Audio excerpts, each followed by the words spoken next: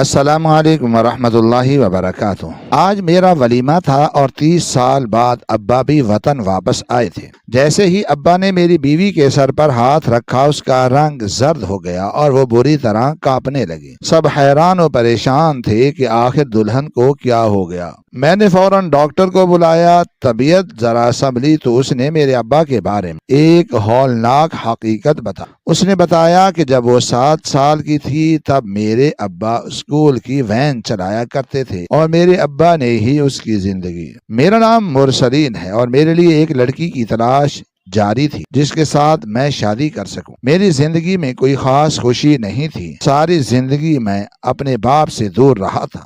میرا باپ ایک عجیب طرح کا آدمی تھا۔ میں بہت کم عمر تھا جب وہ ہمیں چھوڑ کر پردیس چلا گیا تھا اور ہم سے ملنے بھی نہیں آیا۔ بیچ میں شاید 1-2 دفعہ آیا ہو لیکن مجھے یاد نہیں۔ جب سے میں نے ہوش سنبھالا تب سے ہی تو میں نے اس کو نہیں دیکھا تھا۔ ماں کہتی تھی کہ پیسے بھیجتا ہے یہی کافی ہے۔ ایک میں تھا اور ایک میری بہن تھی۔ بہن بڑی تھی، اس کی شادی ہو چکی تھی اور اب میری باری تھی۔ میرے لیے لڑکی کی تلاش کر لی گئی تھی جس کا نام سونیا تھا اور اب ہماری شادی ہونے والی تھی۔ لیکن ابھی ہماری شادی میں 1 مہینہ تھا تو دونوں گھروں میں تیاری ہو رہی تھی۔ گھر کا ماحول ان دنوں عجیب سا بن گیا تھا۔ ماں صبح سویرے اٹھ کر صفائی میں لگ جاتی، کبھی الماریوں کی ترتیب بدلتی، کبھی پرانے کپڑوں کو نکال کر نئے جوڑوں کی جگہ بناتی۔ اس کے چہرے پر تھکن بھی ہوتی اور خوشی بھی، جیسے وہ اپنے دل کے کسی خالی حصے کو بھرنے کی کوشش کر رہی ہو۔ میں اکثر اسے خاموشی سے دیکھتا رہتا تھا۔ اس کی آنکھوں میں ایک عجیب سی چمک تھی، جیسے وہ میرے لیے ایک نئی دنیا سجانا چاہتی ہو۔ میں اپنے کمرے میں بیٹھا اکثر سوچتا رہتا تھا کہ کیا واقعی میری زندگی اب بدلنے والی ہے یا سب کچھ ویسا ہی رہے گا جیسے اب تک رہا ہے، خاموش اور ادھورا۔ باپ کی کمی ہمیشہ دل میں ایک خالی جگہ چھوڑ جاتی تھی۔ کبھی کبھی رات کے وقت جب سب سو جاتے تو میں چھت پر جا کر آسمان کو دیکھتا اور سوچتا کہ وہ کہیں نہ کہیں اسی آسمان کے نیچے ہوگا، مگر پھر بھی ہم سے اتنا دور کیوں ہے؟ سونیا کے بارے میں نے صرف اتنا سنا تھا کہ وہ بہت سادہ مزاج لڑکی ہے۔ اس کی آواز نرم ہے اور وہ گھر کو سنبھالنا جانتی ہے۔ میں نے اسے ابھی تک دیکھا نہیں تھا، مگر اس کا نام سنتے ہی دل میں ایک ہلکی سی بے چینی اور تجسس پیدا ہو جاتا تھا، جیسے کوئی انجان راستہ مجھے اپنی طرف بلا رہا ہو۔ محلے میں بھی چہل پہل بڑھ گئی تھی۔ لوگ آتے جاتے مبارکباد دیتے، رشتہ داروں کے فون آتے اور ماں ہر کسی سے خوشی خوشی بات کرتی۔ کبھی کبھی وہ میرے پاس آ کر بیٹھتی اور میرے بالوں پر ہاتھ پھیر کر کہتی کہ اب تمہاری زندگی بدل جائے گی۔ میں اس کی بات سن کر ہلکا سا مسکرا دیتا، مگر دل کے اندر کہیں نہ کہیں ایک خوف بھی تھا کہ کیا میں اس نئی ذمہ داری کو نبھا سکوں گا۔ رات کے وقت جب گھر میں خاموشی چھا جاتی تو میں اپنے دل کی دھڑکن صاف سن سکتا تھا، جیسے ہر دھڑکن مجھے یاد دلا رہی ہو کہ وقت تیزی سے گزر رہا ہے اور وہ دن قریب آ رہا ہے جب میں اکیلا نہیں رہوں گا۔ ایک نئی زندگی، ایک نیا رشتہ اور ایک نیا سفر میرے انتظار میں تھا، اور میں اس کے بارے میں سوچتے ہوئے کبھی خوش ہوتا، کبھی بے چین ہو جاتا۔ ساری زندگی میری ماں نے میرے باپ کے بغیر گزاری تھی، تو پھر دل بہلانے کے لیے وہ ادھر ادھر عورتوں کے ساتھ دوستیاں کرتی رہتی تھی، جس میں سے کچھ عورتیں ایسی تھیں جن کی زندگی سوائے غیبت کرنے کی اور کچھ بھی نہیں تھا۔ ماں نے بھی ان کے ساتھ وقت گزارا تھا، کیونکہ جس عورت کا شوہر نہ ہو وہ ظاہر ہے عورتوں کے ساتھ ہی وقت گزارتی ہے۔ اب ماں کہتی تھی کہ میں نے ایسی بہو لے کر آنی ہو جو چپ چاپ ڈریس ہو، اس طرح کی ہو، اور ایسی بھی تھی وہ لڑکی سونیا جس کے ساتھ میری شادی کروائی جا رہی تھی۔ میں اکثر دیکھتا تھا کہ دوپہر کے وقت جب دھوپ صحن میں پھیل جاتی تو ماں کی سہیلیاں آ جاتی، وہ سب اکٹھی بیٹھ جاتی اور باتوں کا ایک نہ ختم ہونے والا سلسلہ شروع ہو جاتا۔ ان کی آوازیں کبھی آہستہ ہوتی، کبھی تیز ہو جاتی اور اکثر وہ کسی نہ کسی کی برائی پر ختم ہوتی۔ ماں بھی ان کے ساتھ بیٹھی رہتی، کبھی سر ہلاتی، کبھی اپنی بات شامل کرتی، جیسے وہ اس ماحول کا حصہ بن چکی ہو۔ لیکن مجھے یہ سب اچھا نہیں لگتا تھا، مگر میں خاموش رہتا تھا کیونکہ میں جانتا تھا کہ ماں نے زندگی میں بہت تنہائی دیکھی ہے، اس کے بعد دل بہلانے کا یہی ایک طریقہ تھا۔ لیکن کہیں نہ کہیں مجھے یہ خوف بھی تھا کہ وہ اپنی پسند بھی انہی عورتوں جیسی سوچ سے کرے گی۔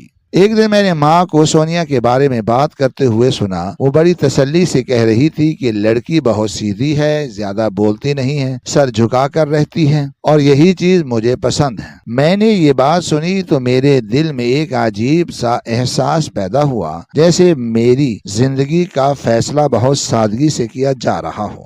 میں نے کبھی سوچا تھا کہ میری زندگی میں آنے والی لڑکی کیسے ہوگی، مگر میں نے کبھی یہ نہیں سوچا تھا کہ اس کی سب سے بڑی خوبی اس کی خاموشی ہوگی۔ میں سوچ میں ڈوب گیا کہ کیا خاموشی ہی ایک اچھی بیوی کی پہچان ہوتی ہے، یا اس کے پیچھے کچھ اور بھی ہونا چاہیے۔ گھر میں تیاریوں کے ساتھ ساتھ ماں کی باتوں کا انداز بھی بدلتا جا رہا تھا۔ وہ ہر بات میں سونیا کی تعریف کرتی اور بار بار یہی کہتی کہ وہ ایسی ہے جیسی میں چاہتی تھی۔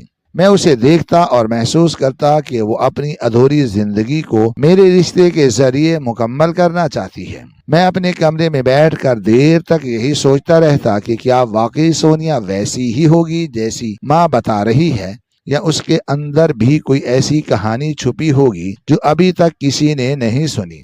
وقت گزرتا جا رہا تھا اور میرے دل کی بے چینی بھی آہستہ آہستہ بڑھتی جا رہی تھی۔ میری شادی میں صرف 10 دن تھے جب میرے بابا کا فون آیا اور انہوں نے کہا کہ میں اپنے بیٹے کی شادی پر آ رہا ہوں اور ہمیشہ کے لیے واپس آ رہا ہوں۔ تو میں نے اپنے بابا کو ٹھیک سے دیکھا بھی نہیں تھا، تو مجھے تو ان کی شکل تک یاد نہیں تھی۔ مجھے بس اس بات سے کیا فرق پڑتا تھا کہ وہ کون ہیں، کب آ رہے ہیں، کیوں آ رہے ہیں۔ نہ بھی آتے تو مجھے کوئی فرق نہیں پڑتا، لیکن میری ماں اس سے خوش ہو رہی تھی جیسے کل ان کی شادی ہوئی ہو، اور آج ان کو پتا چلا کہ ان کا شوہر آ رہا ہے۔ انہوں نے کارڈ پر بابا کا نام لکھوا دیا، سب کو کہہ دیا کہ شادی 2 دن آگے ہو رہی ہے کیونکہ میرا شوہر وقت پر پہنچ جائے، اور خوشی منانی شروع کر دی۔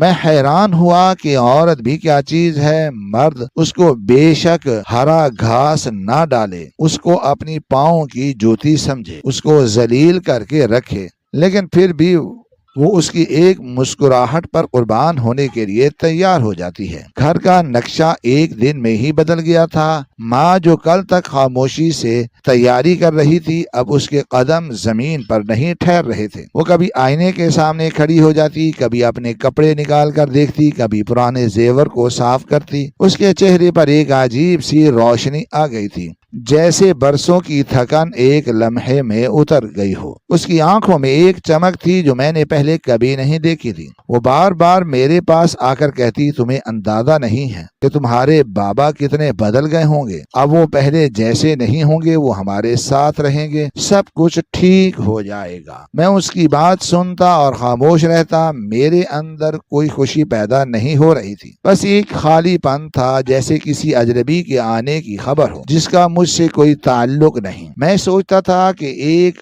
آواز نے ماں کو اتنا بدل دیا ہے، ایک فون کال نے اس کی برسوں کی تنہائی کو جیسے مٹا دیا ہو۔ وہ عورت جو کل تک دوسروں کے ساتھ بیٹھ کر وقت گزارتی تھی، آج اپنے ہی خوابوں میں کہیں کھو گئی تھی۔ وہ ہر چیز کو نئے سرے سے دیکھ رہی تھی، جیسے اس کی زندگی وہیں سے شروع ہونے والی ہو جہاں کبھی رک گئی تھی۔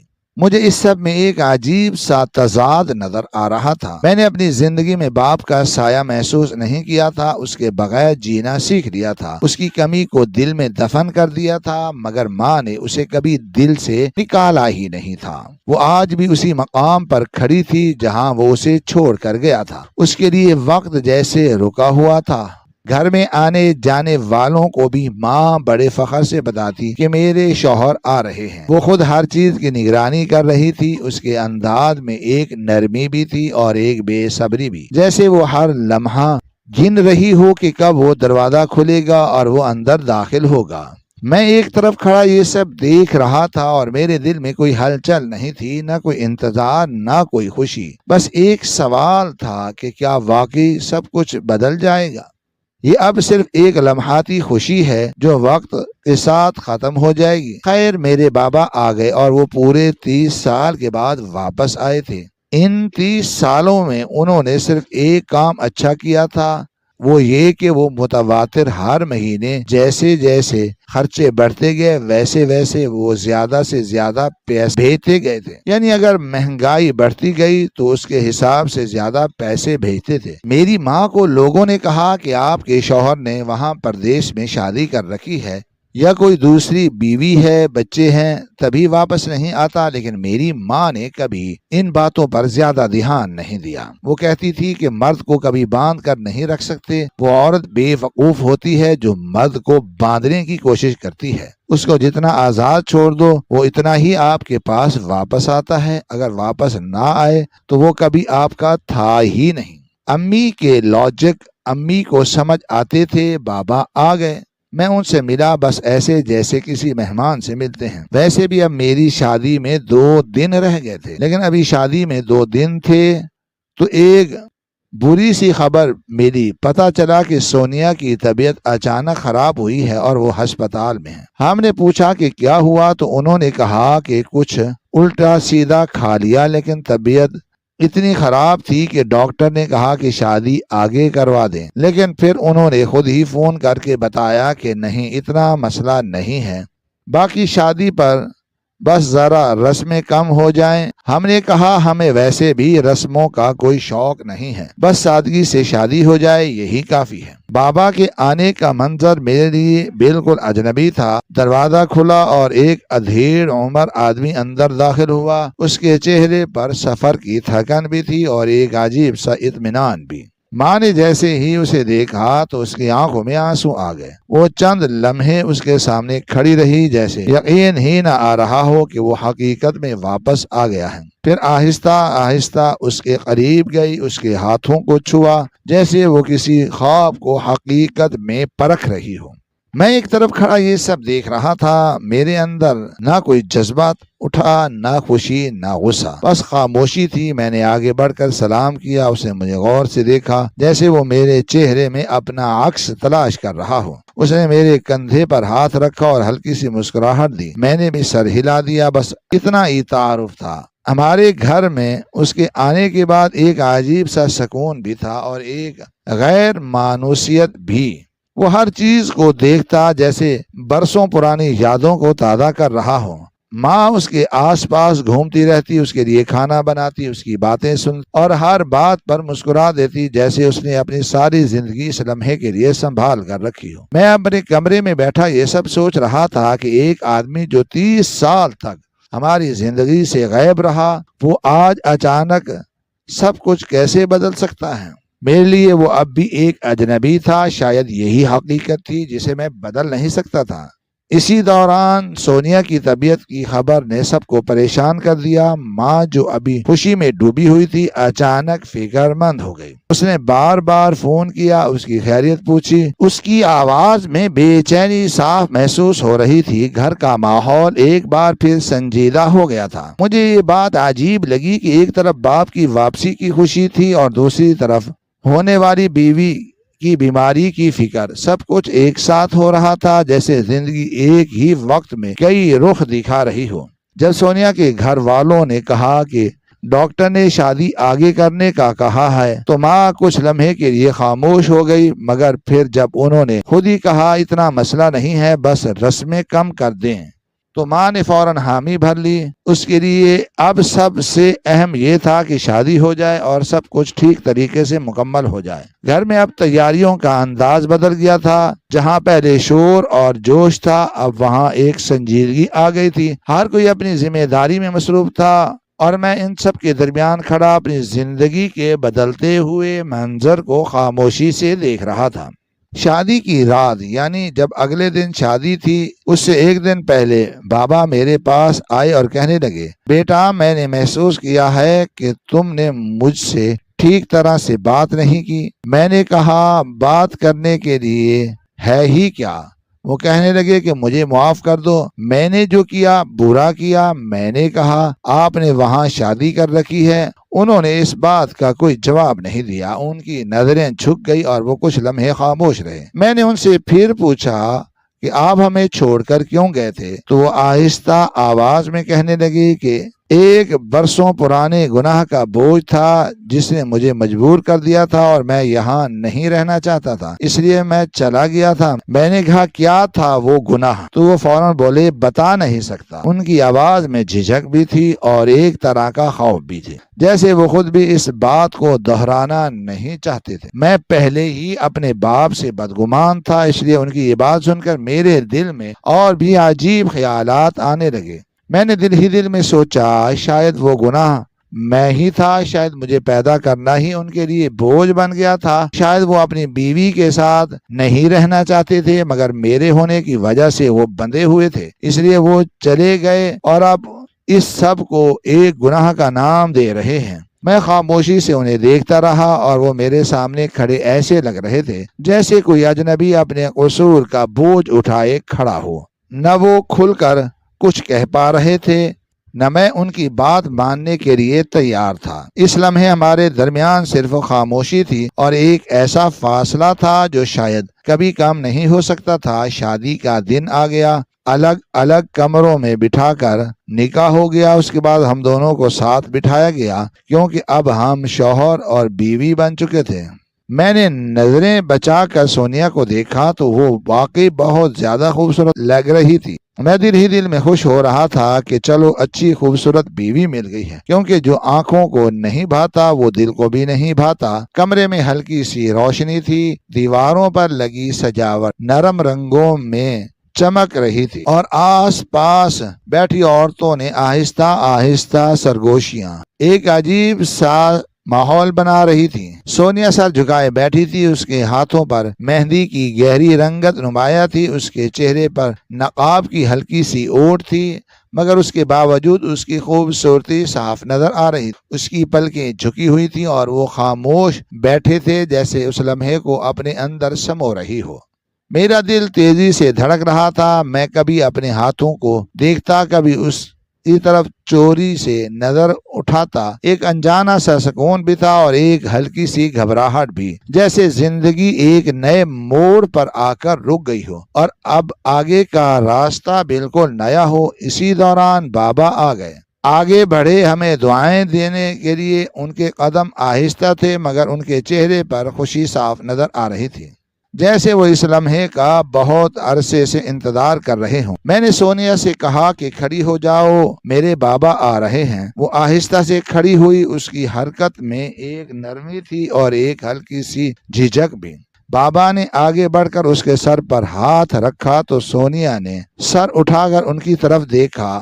اس ایک لمحے میں کچھ ایسا ہوا جو کسی نے سوچا بھی نہیں تھا۔ اس کے چہرے کا رنگ بدل گیا، اس کی آنکھیں جیسے پھیل گئیں اور وہ ایک لمحے کے لیے ساکت ہو گئی، جیسے اسے دیکھنے میں مشکل ہو رہی ہو۔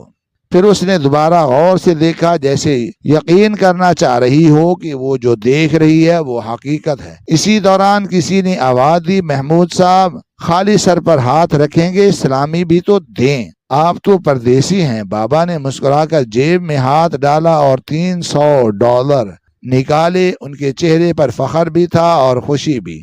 وہ نوٹ سونیا کے ہاتھ پر رکھنے کے لیے آگے بڑھے مگر سونیا کے ہاتھ کانپنے لگے، اس کی سانس تیز ہو گئی اور وہ تھر تھر کانپنے لگی، جیسے اس کے سامنے کوئی خوفناک منظر آ گیا ہو۔ اچانک اس کی آنکھیں بند ہوئی اور وہ وہیں گر گئی۔ کمرے میں ایک شور سمجھ گیا، عورتیں گھبرا کر اٹھ کھڑی ہوئیں، کوئی پانی مانگ رہا تھا، کوئی اسے سنبھالنے کی کوشش کر رہا تھا۔ میں ایک لمحے کے لیے ساکت رہ گیا، مجھے سمجھ نہیں آ رہا تھا کہ یہ سب کیا ہو رہا ہے۔ ابھی تو وہ بالکل ٹھیک تھی۔ ماں جلدی سے آگے بڑھی، اس نے سونیا کے چہرے پر پانی کے چھینٹے مارے مگر وہ ہوش میں نہ آئی۔ سب لوگ ایک دوسرے کی طرف دیکھ رہے تھے، کسی کے پاس کوئی جواب نہیں تھا۔ آخر کار اسے جلدی سے اٹھا کر گاڑی میں ڈالا گیا اور ہم ہسپتال کی طرف روانہ ہو گئے۔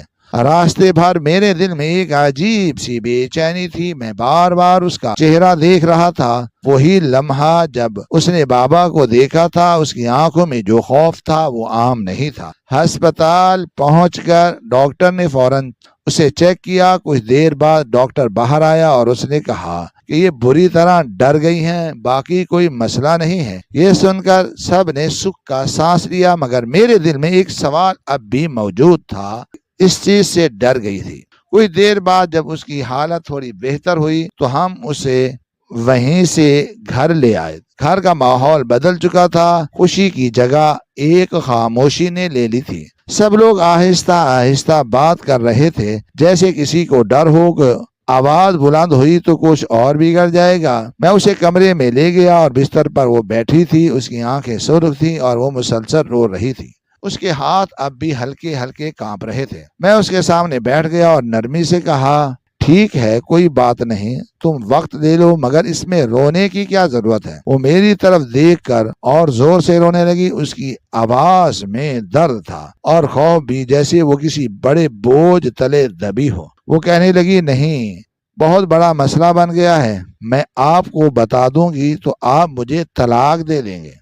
میرا دل ایک لمحے کے لیے رک سا گیا۔ میں نے خود کو سنبھالتے ہوئے کہا، اس طرح کی دلہن ہو، شادی کی پہلی رات طلاق کی باتیں کر رہی ہو، ایسا مت کرو، میرا دل بیٹھا جا رہا ہے، بیوی ہو تم میری، اچھی لگتی ہو مجھے۔ وہ سر ہلاتی رہی اور روتی رہی، اس کی آنکھوں سے آنسو رکنے کا نام نہیں لے رہے تھے۔ وہ کہنے لگی کہ اتنی اچھی نہیں لگتی جتنی بڑی بات ہے، اس کو سن کر بھی آپ مجھے طلاق نہ دیں۔ میں نے اس کی بات کو سن کر گہری سانس لی اور اس کے قریب ہو کر بیٹھ گیا۔ میں نے کہا، بتاؤ تو صحیح، بات کیا ہے؟ تم مجھے ڈرا ہی رہی ہو، آخر ایسا کیا ہو سکتا ہے جو اتنا بڑا مسئلہ بن گیا ہے؟ وہ کچھ کہنا چاہتی تھی، مگر اس کے الفاظ اس کے ہونٹوں تک آ کر رک جاتے تھے۔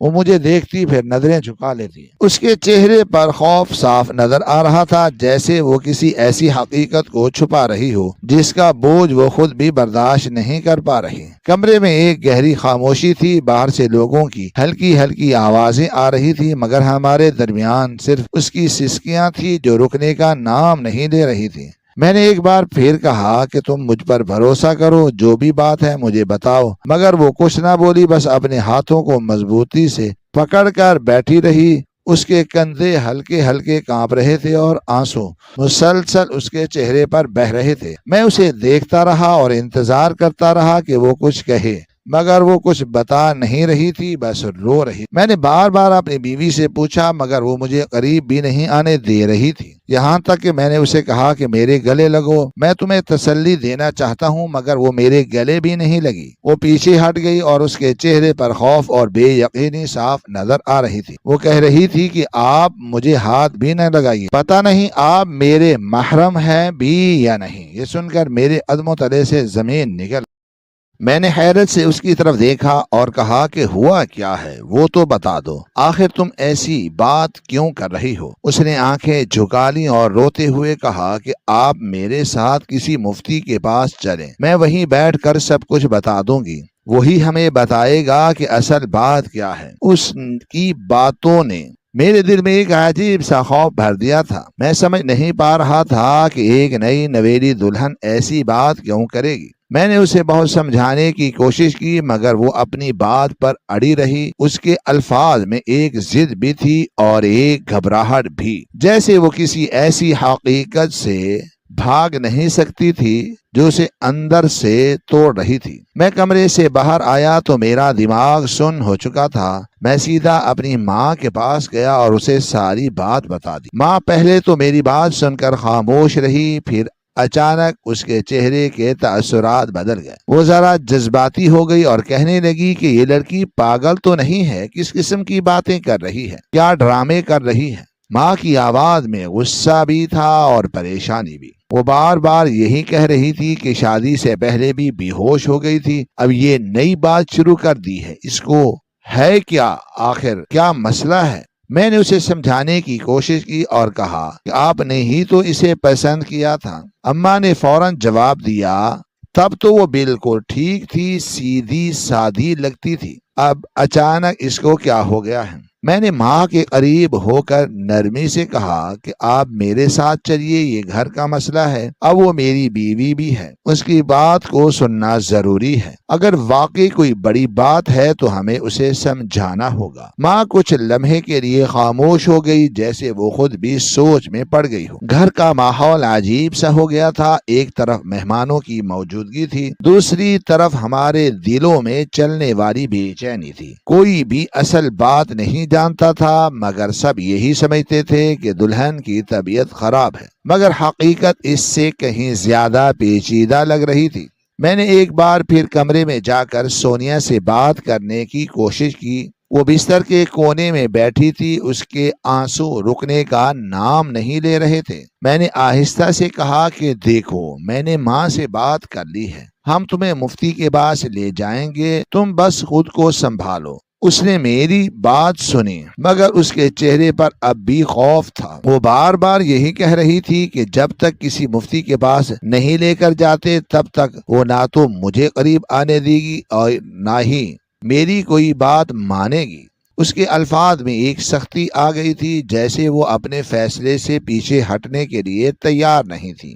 میں نے اسے دیکھ کر گہری سانس لی اور محسوس کیا کہ بات واقعی بہت سنگین ہے۔ وہ محض گھبراہٹ یا کمزوری نہیں تھی، اس کے اندر کوئی ایسا راز تھا جو اسے اس حد تک خوف زدہ کر رہا تھا کہ وہ اپنے شوہر کو بھی قریب نہیں آنے دے رہی تھی۔ باہر آ کر میں نے ماں کو بتایا کہ وہ تو اپنی بات پر قائم ہے اور وہ تب تک کچھ نہیں مانے گی جب تک ہم اسے کسی مفتی کے پاس نہیں لے جاتے۔ ماں نے بے بسی سے میری طرف دیکھا اور کہا کہ ٹھیک ہے، چلتے ہیں، دیکھتے ہیں کیا مسئلہ ہے۔ پاپا کو ابھی تک اس سب کا علم نہیں تھا، وہ اپنے کمرے میں مہمانوں کے ساتھ مصروف تھے اور گھر کے باقی لوگ بھی اپنی اپنی باتوں میں لگے ہوئے تھے، مگر ہمارے دلوں میں طوفان پرپا تھا جس کی خبر کسی اور کو نہیں تھی۔ رات گہری ہوتی جا رہی تھی، مگر نیند ہم سب کی آنکھوں سے کوسوں دور تھی۔ میں بار بار یہی سوچ رہا تھا کہ آخر وہ کون سی بات ہے جس نے میری زندگی کے پہلے ہی دن کو اس طرح الجھا دیا ہے، اور سونیا کے چہرے پر وہ خوف کیوں ہے جو کسی عام بات سے پیدا نہیں ہو سکتا۔ اس رات گھر کی دیواریں بھی جیسے خاموشی سے ہمیں دیکھ رہی تھی، اور ہر گزرتا لمحہ اس بے چینی کو اور زیادہ گہرا کر رہا تھا۔ ہم اسے صبح سویرے مفتی صاحب کے پاس لے گئے۔ فضا میں ہلکی سی ٹھنڈک تھی اور گلیاں ابھی پوری طرح جاگی نہیں تھیں۔ سونیا پورے راستے خاموش رہی، اس کے چہرے پر سنجیدگی تھی اور آنکھوں میں وہی خوف جو رات بھر اس کے ساتھ رہا تھا۔ اس نے گھر سے نکلتے وقت بھی یہی کہا تھا کہ میں کچھ نہیں کھاؤں گی، بس مجھے وہاں لے کر جاؤ۔ ہم ایک سادہ سے کمرے میں داخل ہوئے جہاں فرش پر سفید چادر بچھی ہوئی تھی، دیوار کے ساتھ کتابوں کی ایک الماری تھی اور ایک کونے میں لکڑی کی میز رکھی تھی۔ مفتی صاحب وہاں بیٹھے تھے، ان کا چہرہ پرسکون تھا اور انداز سنجیدہ۔ ہم سب ان کے سامنے بیٹھ گئے۔ سونیا نے سر جھکا رکھا تھا، اس کے ہاتھ آپس میں جڑے ہوئے تھے اور وہ مسلسل اپنی انگلیوں کو دبا رہی تھی۔ مفتی صاحب نے نرمی سے پوچھا کہ کیا مسئلہ ہے، تو سونیا نے آہستہ آہستہ بولنا شروع کیا۔ اس کی آواز کانپ رہی تھی، مگر اس نے خود کو سنبھالا اور کہا کہ اگر ایک آدمی کسی لڑکی کو ہراساں کرتا ہے اور اسی کے بیٹے کے ساتھ اس لڑکی کی شادی ہو جائے تو کیا یہ نکاح جائز ہوتا ہے؟ یہ الفاظ سنتے ہی میرے دل کی دھڑکن تیز ہو گئی۔ ماں نے چونک کر اس کی طرف دیکھا اور میں ایک لمحے کے لیے ساکت رہ گیا۔ کمرے میں خاموشی چھا گئی۔ مفتی صاحب نے غور سے اس کی بات سنی اور پھر چند لمحے سوچنے کے بعد تفصیل سے جواب دیا۔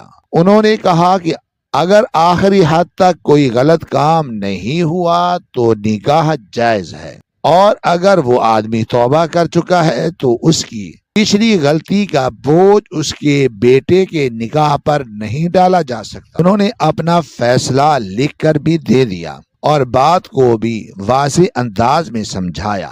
ان کی آواز میں ٹھہراؤ تھا، مگر میرے اندر ایک طوفان اٹھ چکا تھا۔ میں بار بار سونیا کی طرف دیکھ رہا تھا، اس کے چہرے پر آنسو بہ رہے تھے، مگر وہ خاموش بیٹھی تھی، جیسے اس نے اپنا سب کچھ کہہ دیا ہو۔ ہم وہاں سے واپس آئے تو راستہ مجھے پہلے سے زیادہ طویل محسوس ہو رہا تھا۔ گھر پہنچ کر میں سیدھا کمرے میں گیا اور سونیا کے سامنے بیٹھ گیا۔ میں نے آہستہ سے پوچھا کہ کیا بات ہے، اب تم مجھے صاف صاف بتا دو۔ وہ کچھ لمحے خاموش رہی، پھر اس نے میری طرف دیکھا، اس کی آنکھوں میں درد بھرا ہوا تھا۔ اس نے آہستہ آواز میں کہا کہ جب میں بہت کم عمر تھی تو تمہارے بابا سڑک پر کھڑے ہوتے تھے، ایک دکان کے پاس سے میں روز گزرا کرتی تھی اور وہ مجھے پریشان کیا کرتے تھے۔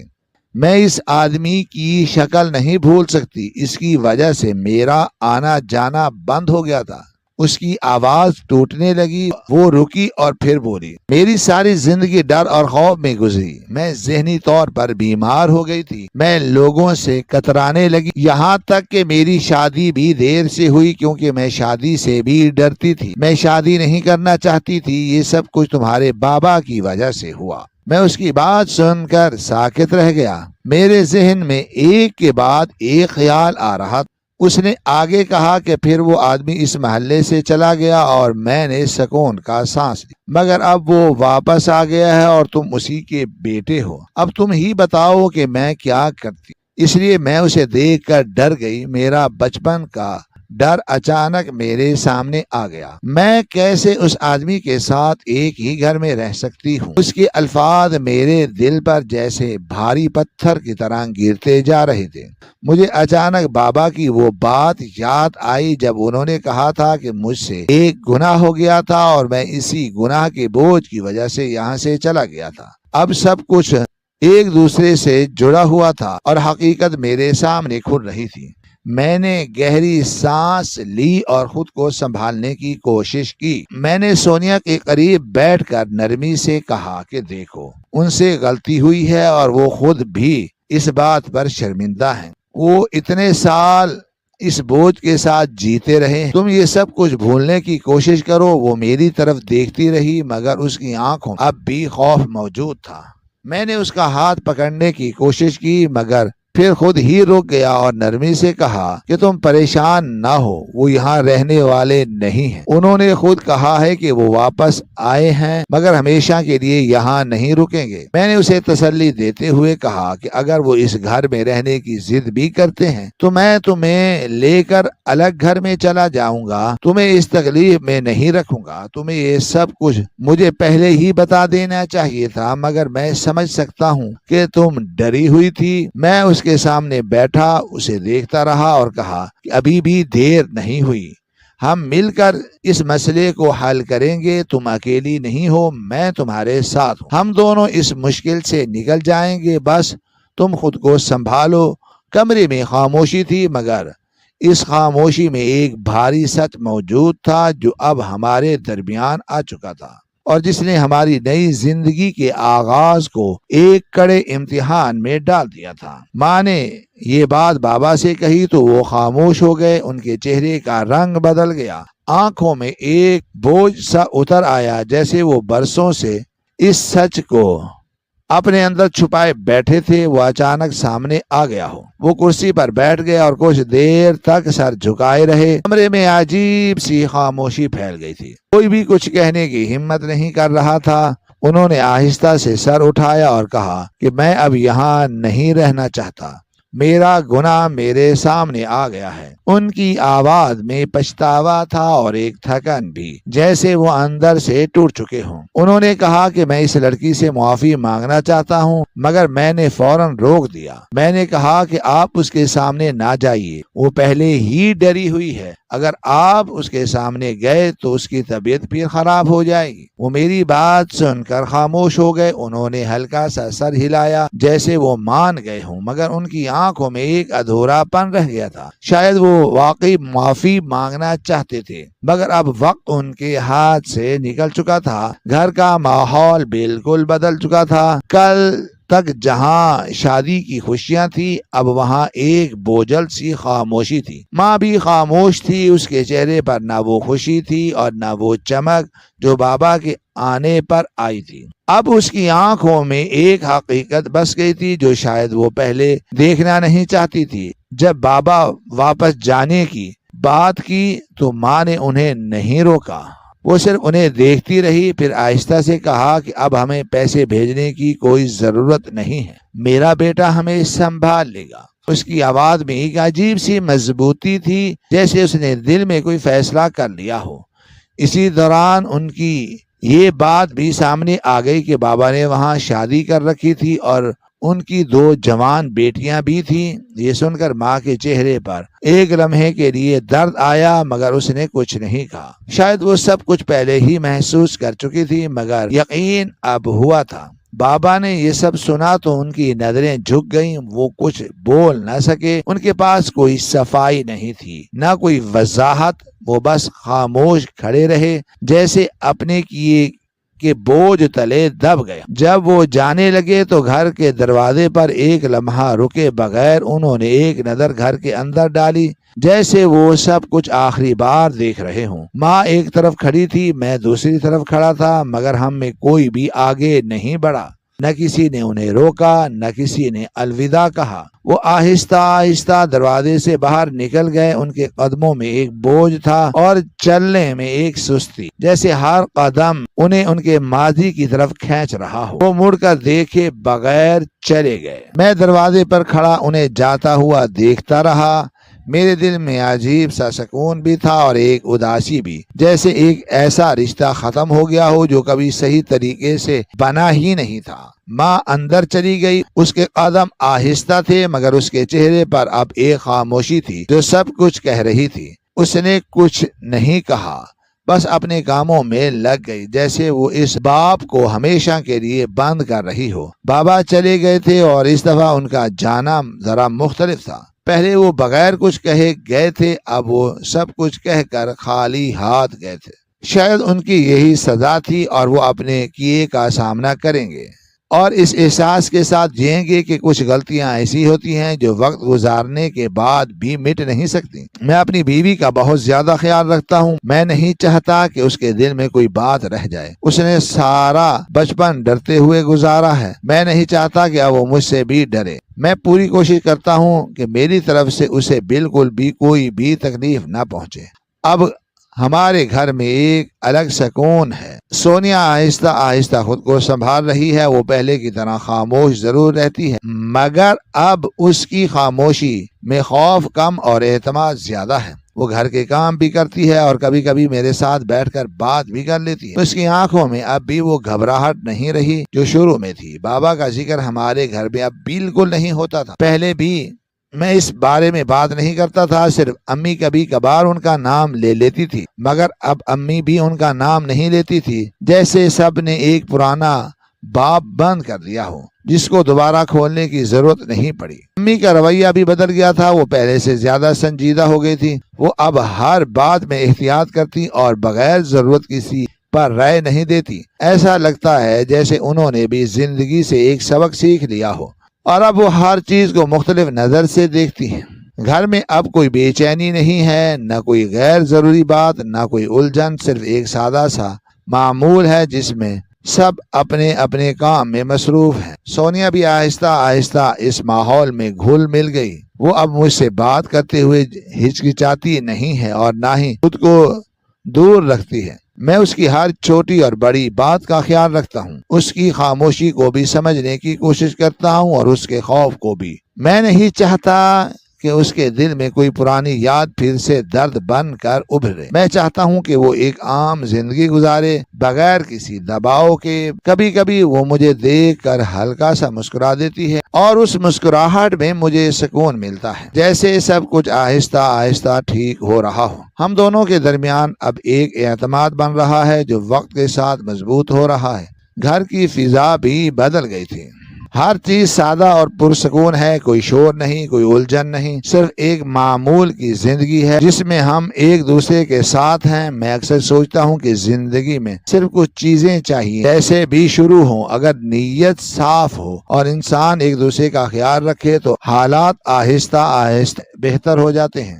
اب ہماری زندگی اسی سادگی میں چل رہی ہے اور یہی ہماری سب سے بڑی بات ہے۔ اور اللہ پاک نے سونیا کو اولاد نرینہ بھی عطا کر دی ہے اور ہم نے اس کا نام عادل رکھا ہے۔ ہماری آج کی یہ کہانی آپ کو کیسی لگی کمنٹ باکس میں اپنی رائے کا اظہار ضرور کریں اور ہمارے چینل کو سبسکرائب کریں۔ شکریہ، اللہ حافظ۔